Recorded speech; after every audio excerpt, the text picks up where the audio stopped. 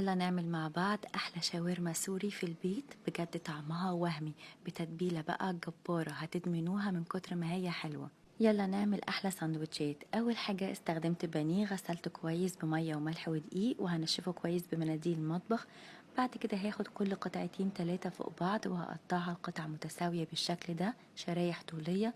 بعد كده التتبيله، عندي كوب من الزبادي، معلقه كبيره من الخل، معلقه كبيره من الزيت، رشة بسيطة من السكر، معلقة صغيرة توم مفروم، رشة بسيطة من الملح والكمون والكزبرة الناشفة، معلقة صغيرة بابريكا، فلفل اسود، توم باودر وبصل باودر وصويا صوص، نص عصير ليمونة ورشة من الشطة، ونص مكعب مرقة دجاج كنور.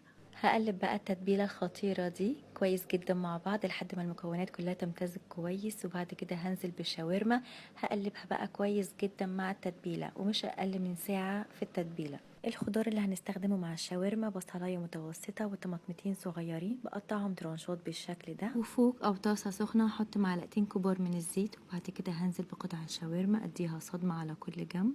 واول ما تغير لون وتدخل في التسوية هنزل بشرايح البصل الاول وهديها تقلبتين وهدي النار لحد ما تدبل، وبعد كده هنزل بشرايح الطماطم هقلبها مع الشاورما واسيبها كام دقيقة لحد ما تدبل، وبعد كده تكون الشاورما جاهزة معانا. شايفين بقى شكلها خطير قد ايه، تحفة. وكمان الطعم بقى حكاية، لو جربتوها مش هتبطلوا انكم تعملوها بنفس الطريقة ونفس التتبيلة.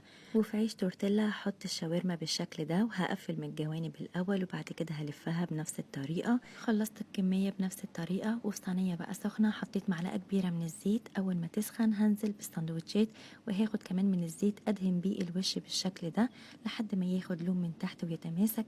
هقلبه على الجنب التاني لحد برضو ما يتحمر بالشكل اللي قدامكم ده. شايفين شكله تحفة قد ايه.